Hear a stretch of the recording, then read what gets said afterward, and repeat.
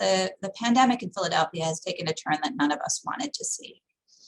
Cities and states across the United States, countries around the world have seen their COVID case counts rise rapidly due to the Delta variant. We believe that the Delta variant is now the dominant strain of COVID in Philadelphia, and that's what's causing our case counts to rise as they have been. I want to be very careful about how I describe the situation that we're in now. The number of cases we're seeing right now is about what we saw last summer and is much lower than when things were at their worst. What concerns me isn't just the number of people who are testing positive or the number of people in the hospital. I'm concerned about how quickly those numbers have risen. They doubled between July 12th and July 19th, and then they doubled again between July 19th and August 1st. We announced the strong recommendation for everyone to mask indoors regardless of vaccination status based on that initial doubling of cases in a week, coupled with the situation around the country and a slight rise in hospitalizations among children. The rise in cases slowed very slightly, but not nearly enough. We need to come together as a city once again to fight back against this new surge. But this time we have better weapons. We understand the virus better, how it spreads, how we can protect each other and ourselves. And we have plenty of safe, effective, free vaccines available all over our city to protect us. I'm going to be completely open here. Being fully vaccinated doesn't mean you can't get COVID. You still can, but your chances of getting COVID are much lower, only about 1/8 the chance of someone who is unvaccinated. And being fully vaccinated means you are much, much less likely, but 25 times less likely to get seriously sick or end up in the hospital if you do get COVID. Because of that real protection and the fact that so many people have been vaccinated now, almost everyone in the hospital with COVID these days is unvaccinated. But vaccines aren't the only protection you need now that Delta is spreading in our city. To reduce your chances of getting COVID even more, wear a mask when you're inside in public spaces, whether or not you are vaccinated. We know for a fact that wearing a mask when you're around other people in public, especially indoors, reduces your risk. Avoid crowded indoor public places. The more people in any one space indoors, the more likely that someone in that space has COVID and can spread it to others. Get tested if you start to feel sick, and quarantine away from everyone else until you get your results to help protect those around you.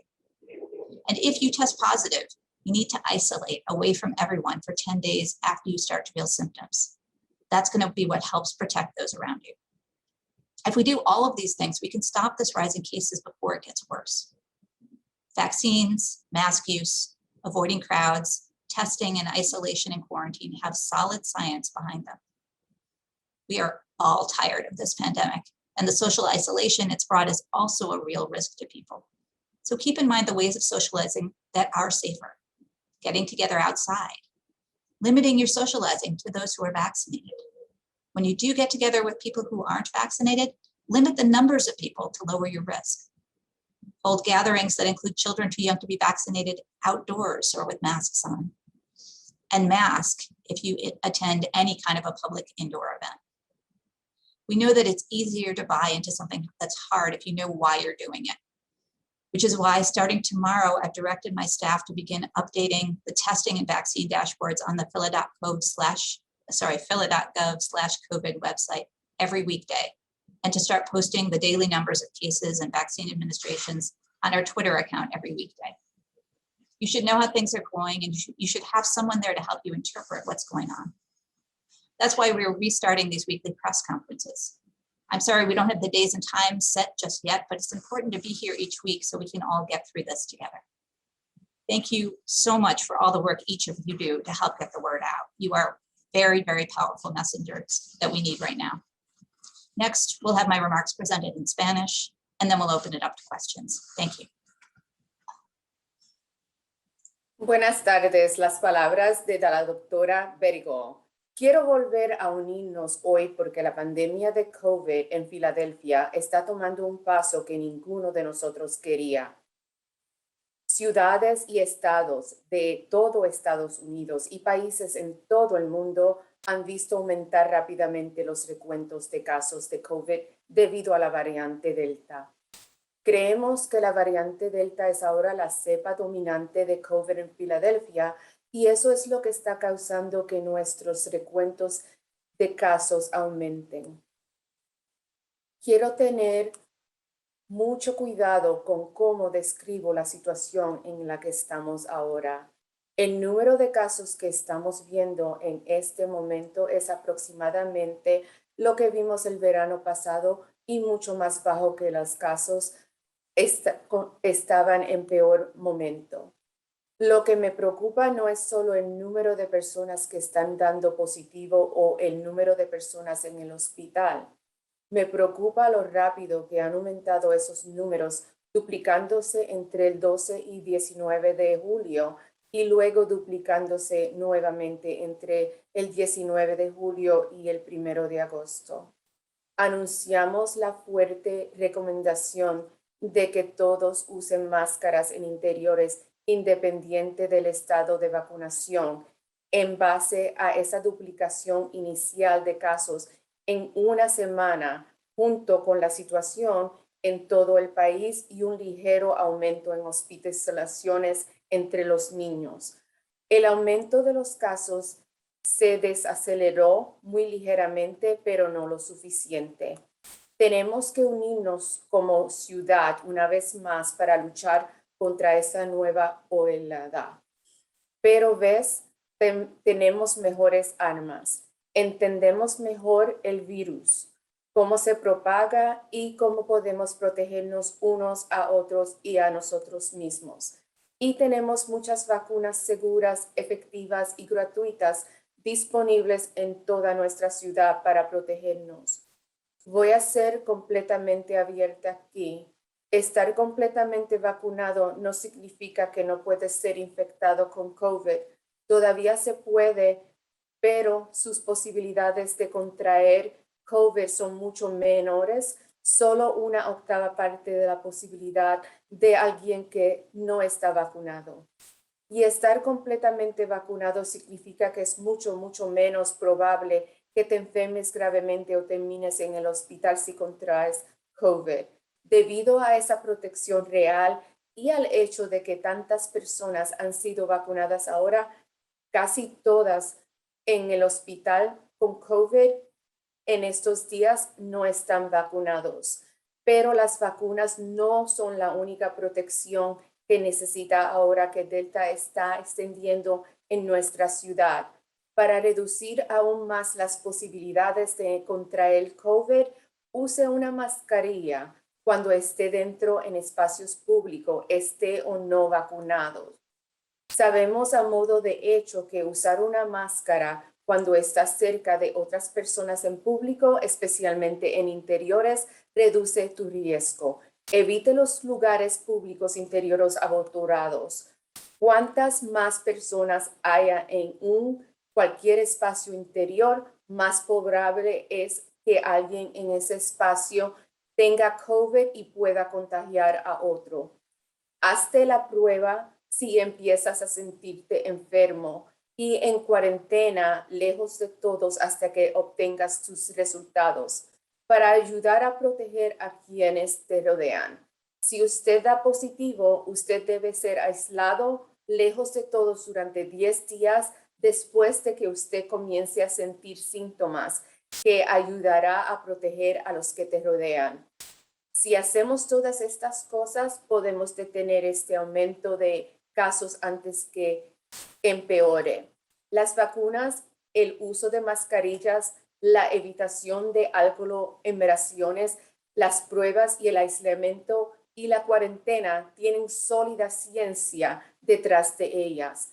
Todos estamos cansados de esta pandemia y el aislamiento social que ha traído también es un riesgo real para las personas. Así que ten en cuenta las formas de socializar que son más seguras. Reunirse afuera, limitar la socialización con aquellos que están vacunados. Cuando se reúna con personas que no están vacunadas, limite el número de personas para reducir su riesgo. De celebración de reuniones en las que haya niños demasiado pequeños para ser vacunados al aire libre o con mascarillas puestas. enmascaramiento y si asiste a un evento público en interiores. Sabemos que es más fácil comprar algo que es difícil si sabes por qué lo estás haciendo.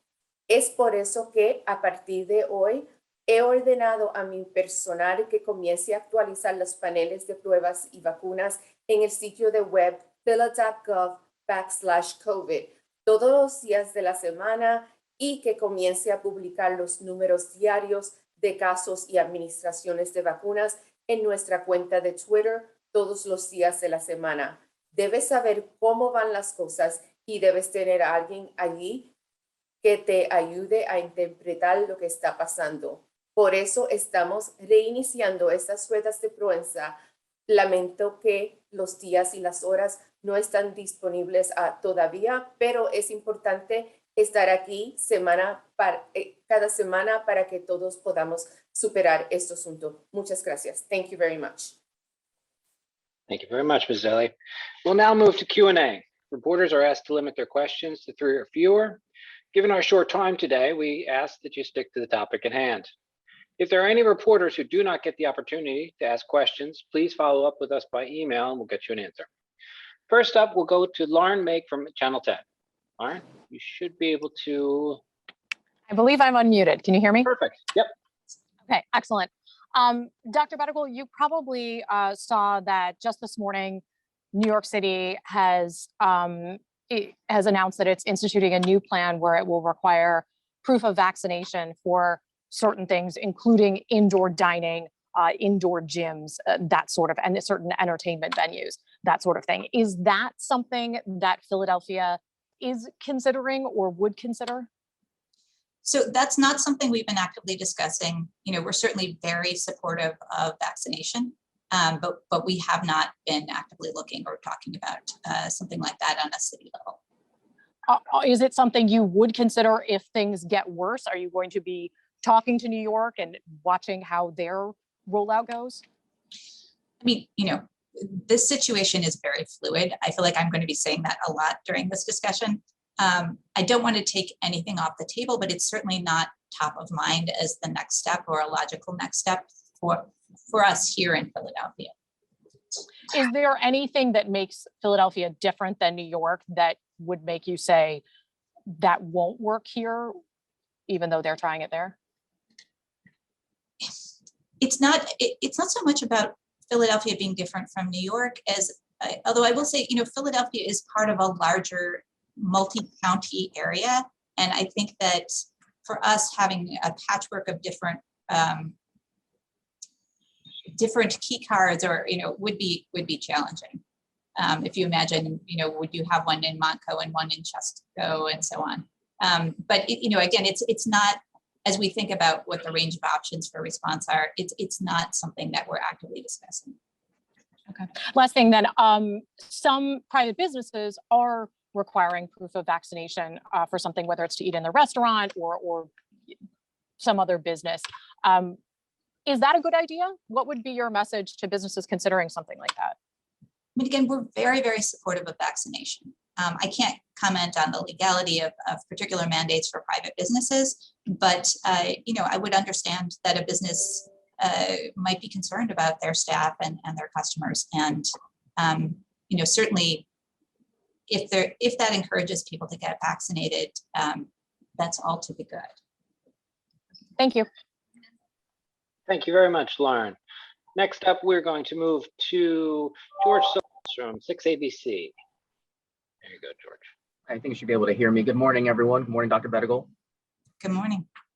So kind of following off of Lauren's question. So even though at this point you said it's not off the table necessarily, what about a mask mandate? Are people, places, restaurants, gyms, I mean, are they potentially looking at reinstituting any type of mask mandate, even though the CDC at this point is strongly recommending it because of the transmission levels? Right, so currently the city is strongly recommending masking for everybody in any public indoor site.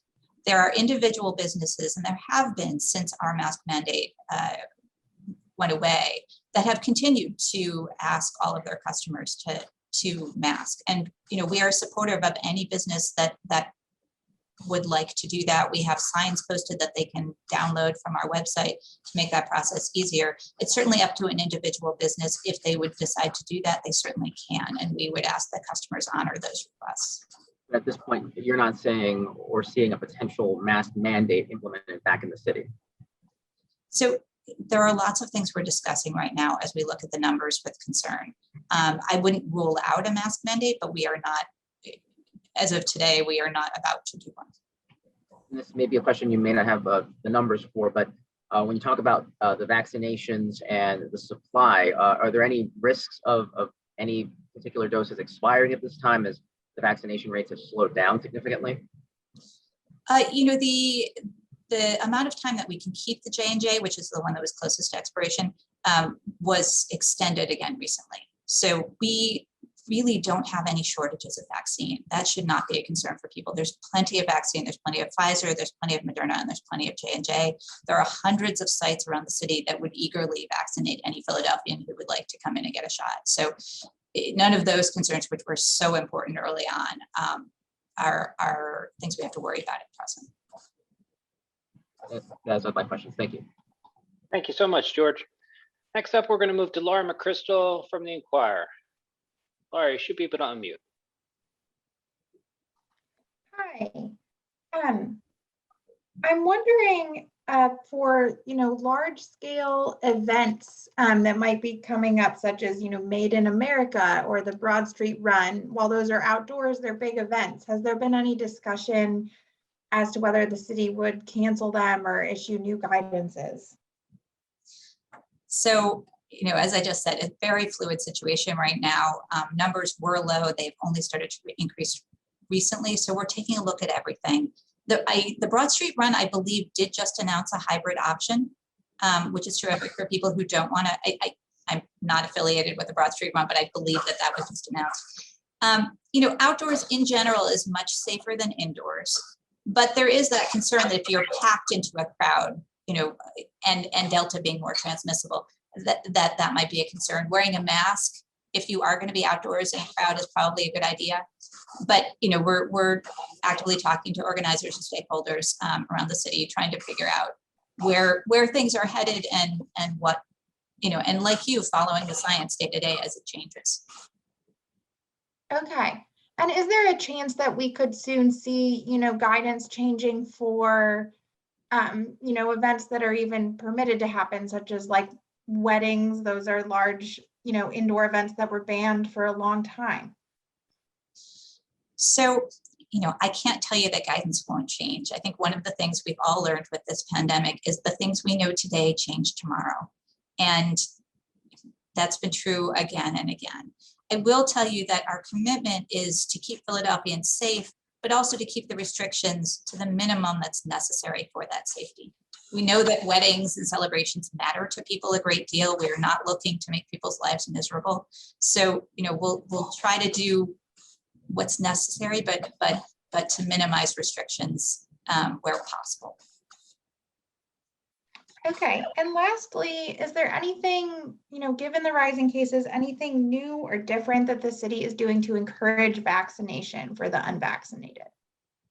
So doing lots of things to encourage vaccination. I mean, there are pop-up clinics. We're doing a collaboration with the school district to help get our teenagers vaccinated before the school year started. And that's been really exciting to put together. What else? There's advertisements, there's incentives. We are working now that President Biden made the announcement that we can increase incentives with CDC funding from $25 to $100. We're working to put together a plan to do that. Hope to have that together and approved by CDC shortly. Kind of whatever we can. I think this is one of those times when we need to do everything. There's not one solution that's going to work for every Philadelphian who remains unvaccinated. So really trying to think out of the box and come up with every possible strategy that will get more people vaccinated. Thank you. Thank you so much, Laura. Next up, we're going to go to Isabel Sanchez at Telemundo 62. Isabel, you should be able to unmute. All righty, thank you so much. Doctor, is there specific neighborhoods or zip codes that you are more concerned about that either have lower rates of vaccinations or are seeing more hospitalizations? Yeah, I mean, in general, as is true with pretty much every health outcome, the lower vaccination rates track with poverty in our city. So if you think about where our lowest income areas are in North and West Philly, some areas in the lower Northeast, that's where we have consistently seen lower vaccination rates, higher case rates in general, higher hospitalization and death rates. So those are the areas that we've been focusing on for the last several months in terms of our vaccination efforts. And certainly, one of the things that's been encouraging is that from age 45 and up, we don't have disparities between race and ethnicity and vaccination in Philly. And that is something that we're all really proud of achieving. It is not just the health department, it is partners all across the city. It's the work you all have been doing. But we still have it for our younger adults. We still have some gaps that we need to close. So really trying to get those vaccine clinics where people are, our Philly Counts ambassadors out, knocking on doors and talking to people and calling people, community partners out, trying to reach people, but every way we can. Wonderful. My last question would be, is this time around the number of cases that we're seeing different than what we saw before? Before, it was elderly folks who were suffering. Are we seeing a different trend this time? Yeah, this is our young adults. This is the people who remain unvaccinated. So the highest rates and the highest increase are in adults 20 to 34. And, from what I hear from colleagues around the country, that's who's in the hospital. They're taking care of people in their 20s who are on ventilators, and that's new. And that's not necessarily because Delta's worse. There's some studies that show that it may be worse, but overall it's because that's who's still getting sick with COVID, as opposed to, maybe an infection, although it's much less likely, but maybe an infection that's more like, a runny nose and maybe a slight fever and having to stay home versus being in the hospital, being on a ventilator, people saying goodbye to their children, these horrific stories. And I think young adults have felt pretty safe through this. And, that is not as true as we want it to be. Thank you so much. I appreciate it. Thank you very much, Isabel. Next, we're going to move to Mike D'Onofrio from the Philly Tribune. Go ahead, Mike. All right, thanks. Doctor, how about how is this new variant and the rise in cases affecting African-American Philadelphians? Are you still seeing African-American Philadelphians being disproportionately, getting the virus and dying from it like they were last year? So fortunately, we haven't seen a spike in deaths yet. Although, this is a slow disease. So we first see a rise in cases, then we see a rise in hospitalizations, then we can anticipate there would be some deaths. We are seeing not what people have called uncoupling, where you see a rise in cases, but you don't see a rise in hospitalizations. So we don't have full uncoupling, but we don't have nearly as steep a rise in hospitalizations as we do a rise in cases. And I think that's vaccination. That's the fact that the people getting infected are younger. So there's definitely still a large group of young Black adults in our city who are at risk and who are getting infected, some of whom are ending up in the hospital. We're basically trying to, it's a race against time with vaccine, trying to vaccinate that population and protect them before this spreads further. But just to be sure, are you seeing African Americans being disproportionately affected, especially these 24 to 34-year-olds? Yeah, so there are more cases in African Americans than among other groups. How about, are you seeing any spread, or are you tracking, I guess, are you seeing any, what am I saying? Are you seeing any super spreader events coming out of church services in recent weeks or months? Not that I'm aware of, no. We certainly earlier in the pandemic did see some events like that.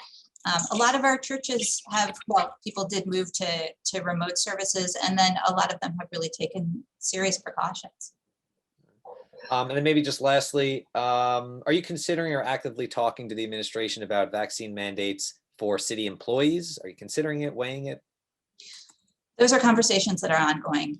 We haven't reached a final decision. We are talking to stakeholders within the city, talking to the unions. All right, that's all I got. Thanks. Thank you so much, Mike. Next up, we're going to move to David Melandra from Philly Sports Network. Go ahead, David. This is a follow-up question to what Lauren mentioned earlier about. So with the Phillies and the Eagles still have games going on right now. Will masks be required for outdoors with the concern about full capacities for them? So we have not moved to a mask mandate, and we haven't been recommending that people wear masks outdoors. I will say that if somebody was going to be in a crowded situation with people right next to them, that's a place I would really think about putting a mask on. But in general, being outdoors is highly protective against COVID infection. And what about for those who will be going to indoor concerts? Will masks be required for those? So right now it's a strong recommendation. The thing I would say about going to an indoor concert right now is you definitely would want a mask. Going to any type of a crowded indoor situation with lots of people does present some real risk. The more people in a space, the more chance that somebody in that space has COVID. And the longer you're there, the more risk. If you're not masked, there's definitely more risk. So you're adding risk there. All right, thank you. Thank you very much, David. We're going to follow up with Matthew Rothstein from BizNow. Matt, you should be able to unmute now. Great, thank you. So,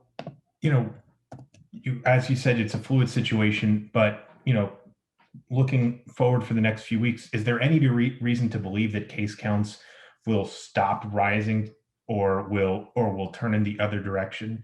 And if not, why not, get ahead of case counts, hospitalization rates with mask mandates and other measures like that to head off that sharper increase?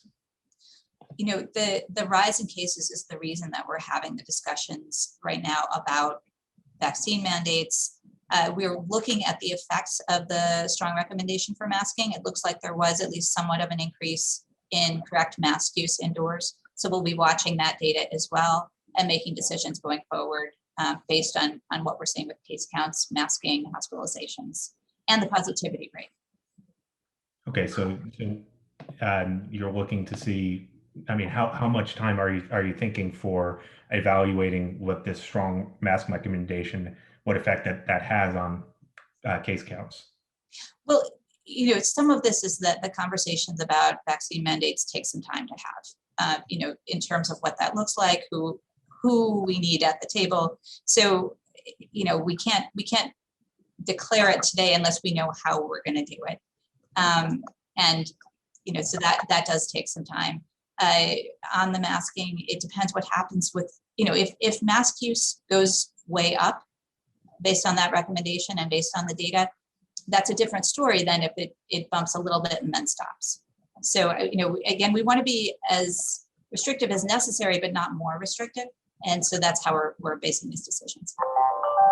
And as far as the vaccine outreach, are you more concerned at this point about people who are still hesitant about receiving the vaccine or people for whom it's an outright refusal? Well, just in terms of who we're going to be most likely to reach, it's the people still on the fence that we have the best chance at.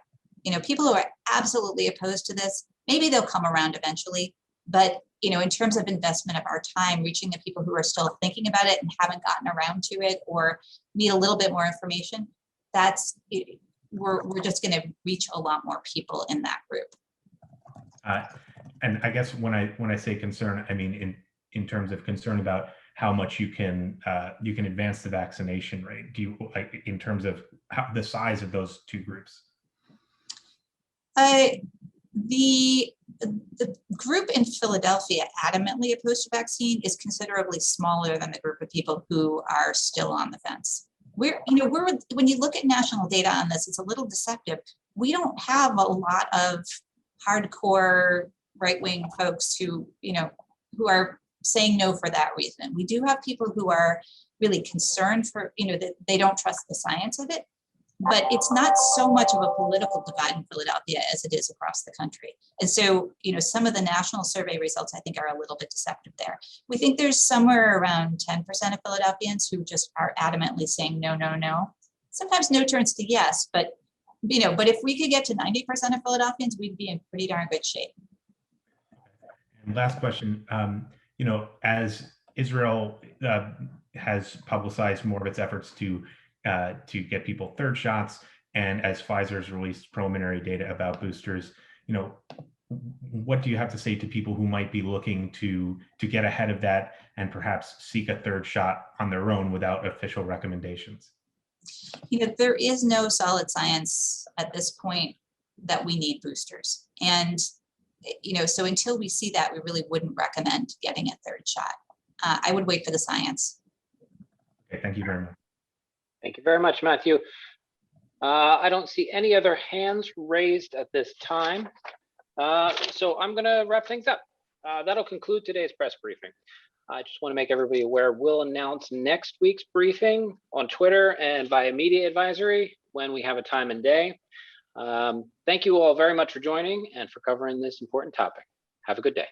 Thank you very much.